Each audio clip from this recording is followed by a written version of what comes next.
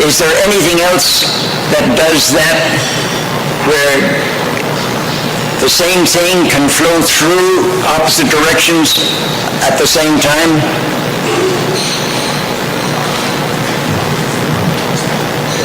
Very good. There is one example, I will tell you afterwards. There is a prize if you can give me another. We talk a little about a window and the heat transferring. There are three ways: radiation and conduction and convection. It is not complicated. It's very easy. I spent 4 years at college, and they could have told me this in one day.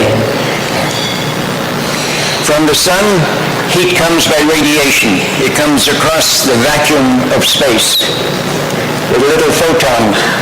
This little photon, when it hits solid glass, it becomes a wave. It waves through, and then out the other side becomes a photon again. Heat is also flowing by conduction, and very important by convection. If the glass is warm, it makes the air warm. Warm air goes up, cold air comes down, and it transfers heat from here to here, from here to here. I think in understanding our window, we forget where the energy is. There are 4 really separate groups of energy. We are trapped because we see the visible energy, and we think too much maybe of this. From the sun, almost half of the energy is visible. 50% is solar infrared. But this is very important. There's another type, far infrared. This room right now is warm. It is radiating far infrared energy. This energy is not the same infrared as this energy.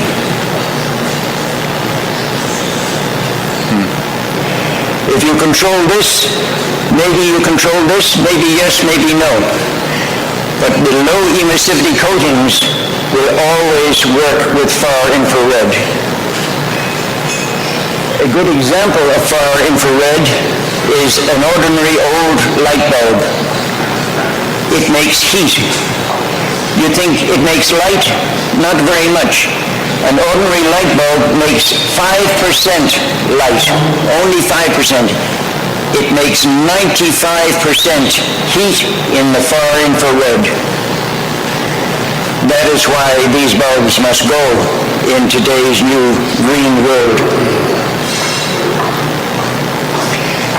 Don't forget ultraviolet. It is only 3% of the energy, but it is the part which causes colors to change. It causes fading. It makes plastics become old and brittle. So for a window, we have a number called solar heat gain coefficient, or G value, or solar factor, SF. There are different names, but it is the one number which comes from the computer and tells you when the sun comes, it heats the glass. Some heat goes out, some is reflected out, some shines through, some is absorbed, the glass gets hot. The glass radiates heat out, it radiates heat in, and it makes the air warm, and some heat goes out and some goes in. And the simple question, why is this arrow bigger than this arrow? The glass is warm, maybe the temperature is the same on both sides, but in the outside we always have the wind is blowing. So when the wind blows, it takes the heat away, it scrubs the heat away. So this is more important. Here, inside the house, there is no wind. So if we put low emissivity coating here, it is very good. Low emissivity does not emit the heat into the room. If we put low emissivity here, it is wasted, because the heat transfer from here is by the wind, and low emissivity makes no difference to that.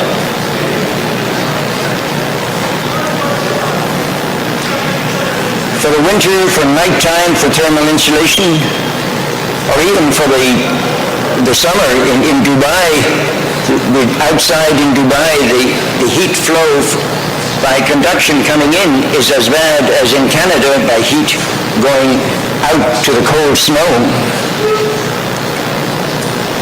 So we're looking at conduction,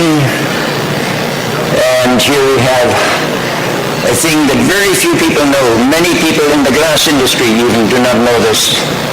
Here I have my room, and it is radiating with heat, far infrared radiation. Glass is opaque to this wavelength of radiation. This radiation is at 10 microns, 10 micrometers wavelength, and that glass does not let any of that shine through. So, if that is the case, how does the heat get out? Why is glass so bad as an insulator? Well, glass is very good at absorbing the infrared. This surface absorbs infrared, gets hot, and molecule by molecule by molecule, it conducts the heat to here, and then it radiates on out there. And that is why we need low emissivity coatings. If we put low emissivity coating here, it reflects the heat back in, keeps the heat in, or stops the heat from transferring. So we need low emissivity in summer and in winter. We need it in day and at night, in the north and the south. That's very easy because at first when we began making low-E, we thought only in Canada, only in winter, only in a house. And now we know all windows are better with low-E. But you must put it on the right place, on the right surface, and use it properly. Here's another thing that not many people know in the glass industry. If I have double glazing in winter, and this glass is warm and it's cold outside, heat is going from here to the outside. Heat is flowing from warm to cold by radiation and by convection conduction. This warm glass makes this air warm, it goes up, the cold air goes down and round and round. My question to you is, does anybody know approximately how much heat goes by radiation, how much goes by convection conduction? And the answer is very interesting because we don't see the radiant heat. We don't feel it immediately. But if you calculate the numbers, you can see that 61% is going across by radiation. And convection conduction is only the difference, is only 36%. How can we improve this? Well, immediately, you see, if we have radiation transfer, put in low emissivity coating, and we make that much better. This is also an interesting example, the vacuum insulating glass, which is every 10 years somebody invents vacuum double glazing. And if you look at the old patent literature, it has been invented many times, but it's very, very hard to make. We have one now called Spacia, vacuum insulating glass. It's made in Japan, but it's sold worldwide. And how does it work? Well, we take out the air. There is no air in here. So we get rid of all of this heat transfer by convection conduction. How much have we improved the heat transfer? Only by the difference, the 61%, so we have improved it by 39%. That's no improvement. What the old people inventing vacuum glazing didn't know this radiation, but today we take out the air and we put in low emissivity coating, and now we get the great improvement of performance. Interesting piece of history. Here's my low-E in here, and now my transfer by heat is only 29%. So now it becomes important to do the next step. If I have low emissivity, and then most of the heat is going by convection conduction, 71%, now I should put in argon gas, or I should use a vacuum or something else. Argon gas is real, it works. If you cannot make double glazing to keep out moisture, then, well, if you cannot make double glazing to keep in argon, you should not be making double glazing, because if you cannot keep in your argon, you will not be able to keep out the moisture. So double glazing with argon works very well. And we had an old saying, 2 equals 3 when you use low E. So here I have double glazing. I make it work as well as triple glazing by adding this one here. And now we have in North America, big advance. We are getting 10-20% improvement in this unit by putting another low E. We are putting low E on surface number 2 here. This is the outside, surface number 1. We put low E here, and we put low E hard coat on surface number 4. K-glass or energy advantage low E. It must be a hard coat, but it is plenty hard enough. We have been selling it for 10 years in Australia, for a patio door in Australia, in the kitchen where you have a pet dog, pet cat, pet kangaroo. Everybody is scratching the glass, no problem. So that is the big new advance, and it is better than this. For a freezer door, here we have this performance now, 2 equals 4, with a freezer door with low E here and here. For the best performance, a soft coat low E, sputtered low E here, Opti-Therm, and our hard coat K-glass or energy advantage here, and is equal to the performance of that for half of the weight and half of the thickness. So all of that comes to just 3 numbers. When you give me a piece of glass or I give you a piece of glass, you can look at it. If you have glass lying there, don't look at it there. Take it outside. Look at it in the daylight. But it is always changing. It changes with the light. It changes with the angle. But you cannot look with your eye and see these 3 numbers. So with heat gain coefficient, the computer gives you that. How much do you control the sun? That tells you what percent of the sun's heat ends up in the room. In Canada, in the residence in a house, we want high solar heat gain. In Dubai, we want low solar heat gain. In Turkey, in the winter we want high, in the summer we want low. We have not yet made a window which will switch. It is coming. We have one in the United States with our energy advantage low E. It's made by Sage, but it costs $100 per square foot. $1,000 a square meter. Too much yet, but it's coming. I cannot see solar heat gain. I must look at the advertising. I must look at the program. On our website, on the Pilkington website, there are calculators. In North America, there is a sun management calculator. You can calculate solar heat gain coefficient. In Europe, there is Spectrum, which also calculates the values of solar heat gain. It calculates also the U factor. I look at a glass, I cannot tell by my eye looking, because it's working with invisible infrared. So look for that. And also a little number here, TDW, damage weighted transmission. For a museum, for an art gallery, I do not want fading. I do not want the colors to change. Yes, use plastic laminated, clear plastic laminated, very good. It stops 60 or 70%. It stops all of the UV, but that's not enough. You must stop the fading. So 60-70% is stopped with UV blocking, and now after that you must cut down the visible light. And you know, in a very good exhibition, a museum of very old pieces of art, the lighting is very low, because all light, all energy causes sun fading. Our sun management calculator program in the United States, which works from the Windows 5 program from Lawrence Berkeley Labs, will give you a TDW. It will tell you how much you can control fading. And the other thing I would like you to remember, please, is not all low-E coatings are equal. Here are 3 pieces of glass with low E. All of them reflect the long infrared in the room, but some will transmit the solar infrared. The far infrared is always reflected. K-glass or energy advantage low E lets it in. The advantage in energy advantage is that it lets in the sun's heat. Others, especially the sputtered silver, the optitherm silver, will reflect the solar infrared.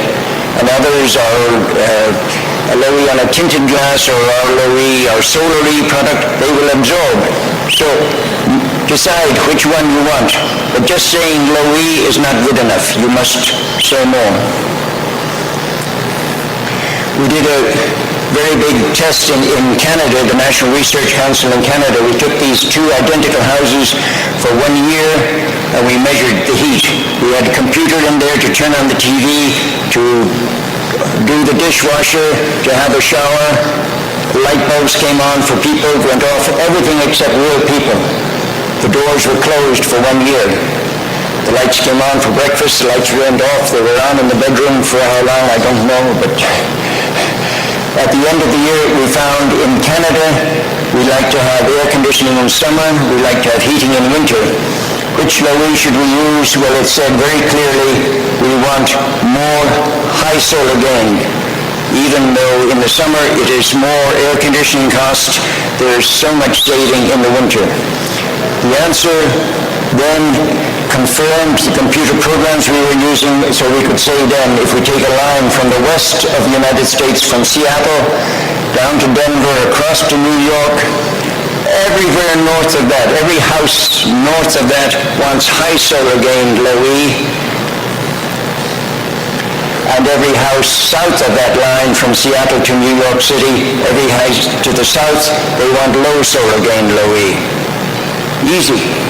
But first we had to do that test. It cost $300,000 to do that. Here is Low-E in a museum in New York, nice and clear for vision, and it works in summer and in winter. It stops the heat transfer. It stops the heat coming in the summer from warm air. It stops it by conduction. It doesn't stop it by solar heat gain coefficient, but the best way of all to reduce solar heat gain coefficient, much better than any glass, and I can say this as a glass person, is this little thing here. You see this overhang? If the sun does not hit the glass, solar heat gain coefficient, 0. That's what we want. That's what the old buildings had. Today's curtain wall, or I should say yesterday's curtain wall, has done away with that. But today's building and tomorrow's building, look, we have things outside again, shading the glass. Look at the new headquarters for the New York Times newspaper in New York City. It has complicated exterior shading. So we have 3 Low-E's, high solar gain, low solar gain, and reflective. And these are the different products: K-Glass, Solar-E, or Sun-Cool, or Eclipse Advantage, or Sunshade. There are many. They're all around here. They're in the brochures. I said 1 billion choices. You maybe didn't believe me, but look, we have clear, we have low iron, we have tint, we have spectrally selective tint, we have hard coat, soft coat, solar reflection, absorb, transmit, we have colors, gold color. Now we have a beautiful new gold. Finally we have a gold which looks gold in reflection and gold in transmission. I will be talking about that in Finland in June. We have self-cleaning, we have low emissivity on clear, we have low emissivity on low iron. Be a little careful on the low iron. If you make low iron so there is no color to the glass, then you can see maybe a little bit of color left in the coatings. The coatings which look clear are not 100% clear. So don't expect the impossible. Fire protection. One more of the billion combinations with Pyro Stop and Pyro Dure. This will give 2 hours fire protection with no visible blocking to the view. It looks like ordinary clear glass. The wired glass, I think, is finished. You don't see it here anymore. Although in the elevator in the hotel where we're staying, we have some thin vertical wires, maybe every 300 millimeters apart. And is that maybe just a decoration? I don't know. Noise control, we can get that with a laminated glass. There are 3 ways to get noise control. We we can go thick, very heavy, like a concrete wall, 19 millimeters glass, very good. We can go to a very wide airspace, 100 double glazing with a 100 millimeter gap, but that gap we cannot seal. If we seal that gap, on a hot day the glass will explode, on a cold day it will implode. That is too big a gap. The maximum gap for sealed double glazing is maybe 25 millimeters. So if you want to do a 100 millimeter gap, you must make that glass come out at some point for cleaning inside, because it will not be sealed. And then Optifon is a laminated glass with a special soft plastic with very good acoustic insulation, and it will give you the insulation with a thin laminate, so it's for the same thickness of glass. Putting in the laminate will always make it more acoustically insulating. Safety, we have many combinations for that. We have bullet resistance. All you have to do is say what size of bullet you need, and we make the glass combination thicker and pass. The European test is very good, 1063, to specify different levels of safety. The hardest part is to know what size bullet is going to come at you. I don't know how to ask that. And then in the safety we have annealed glass. 19 millimeters annealed glass used to pass the safety test. Sometimes it doesn't break, but today we are not allowed to call that a safety glass. So we have heat treated, we can heat strengthen, make it twice as strong, we can temper it, we can laminate heat strengthened, or we can laminate tempered. But look and see what you get. Do you know what you're getting? Heat treated glass is not flat. Float glass is flat. When we heat treat it, it starts to wave a little bit. And that's okay. We get maybe a distorted reflection, but the light goes straight through. There is no distorted transmission. But often today, we see a specification for laminated heat-treated glass. Now we get this. Here's the glass, here's the plastic vinyl, here's the glass. Now we have a distorted reflection and distortion in transmission. Maybe that's necessary, but know what you're going to get before you get it. These distortions are only bad when the distances are long, when you stand back far from the glass and you look at distant objects. But would you fly on that plane? All of the glass in Pittsburgh Airport is like this. And that is simply double glazing with laminated, heat-treated glass. Self-cleaning, one more invisible coating. We have 4 different invisible coatings. It's very hard for the poor glazier when he gets the glass to know which way round to put the glass in the frame, because he cannot see the low emissivity coating or the self-cleaning coating. A beautiful example in Vancouver, just before the Winter Olympic Games. Here's a skating rink. On each side of the road there is one of these, and underneath is the ice hockey is being played.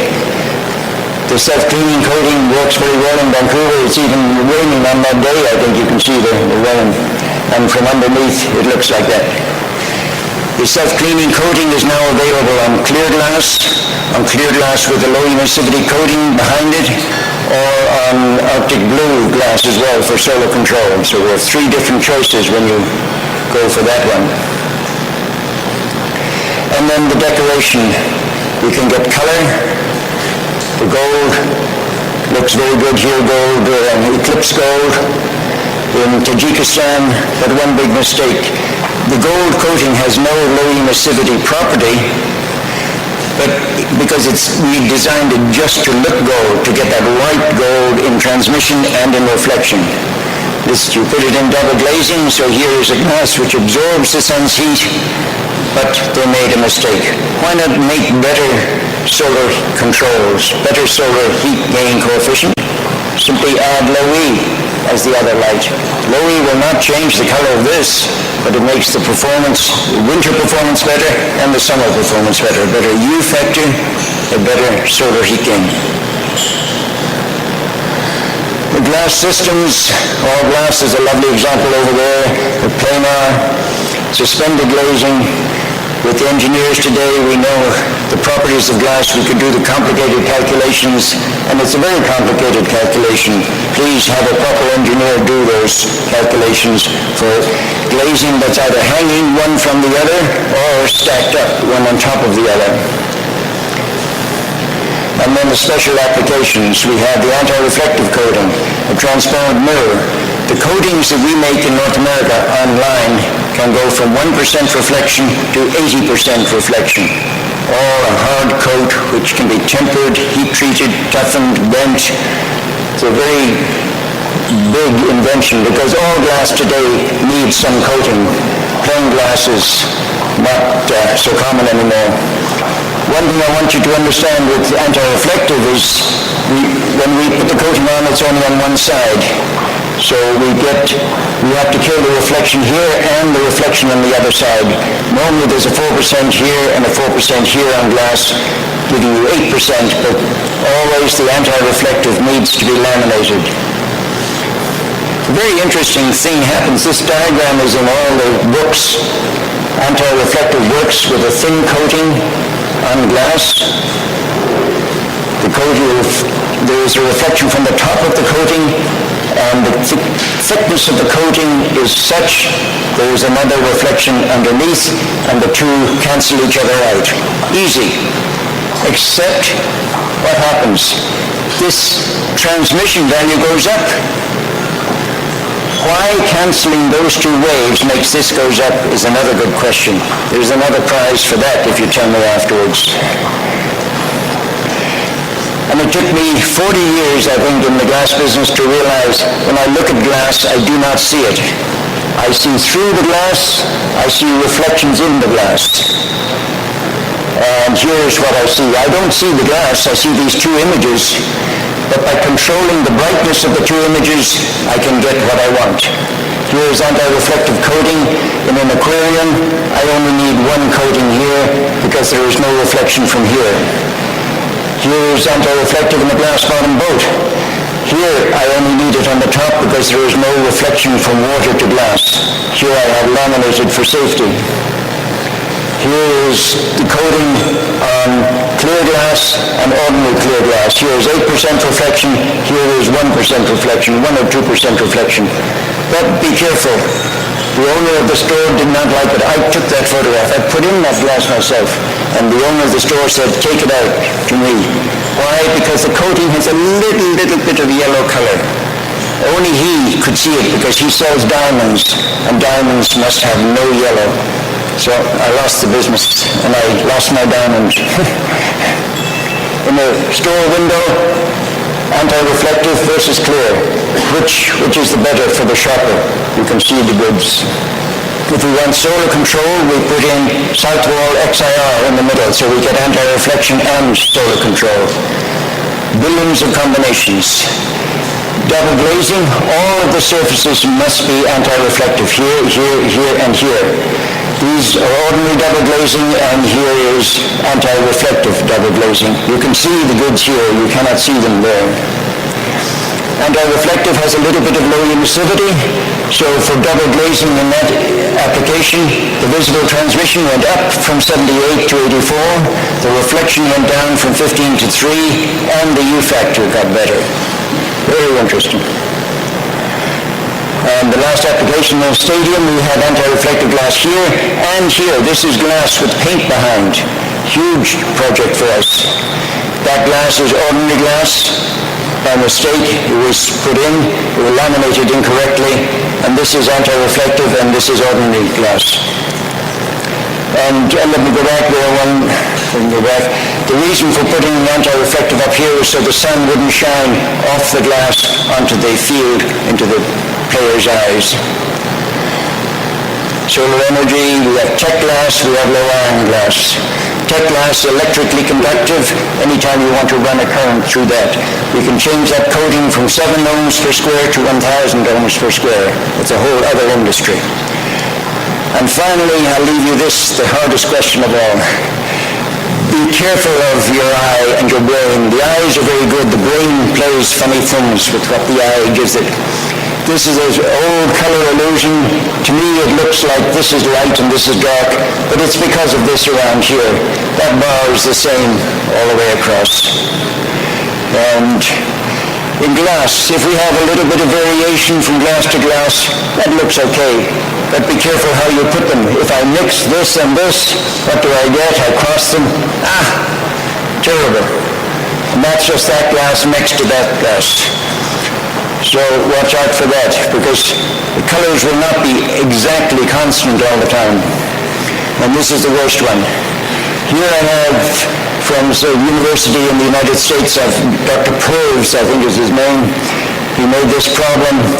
And you look at the color here, and you look at the color of this one here, and I think this looks a little yellowy, and I think this looks a little chocolatey, and I promise you, I have not changed this Rubik's Cube.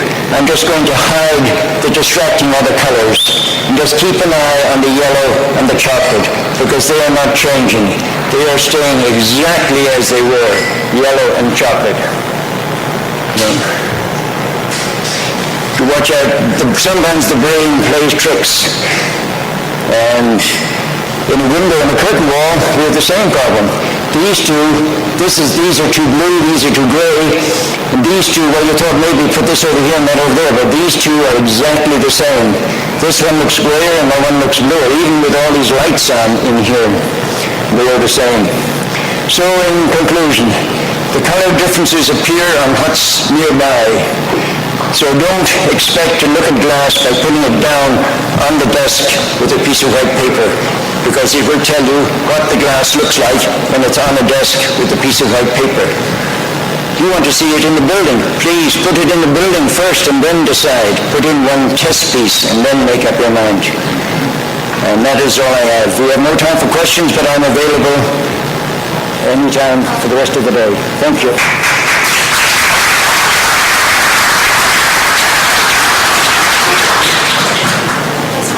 Okay, thank you.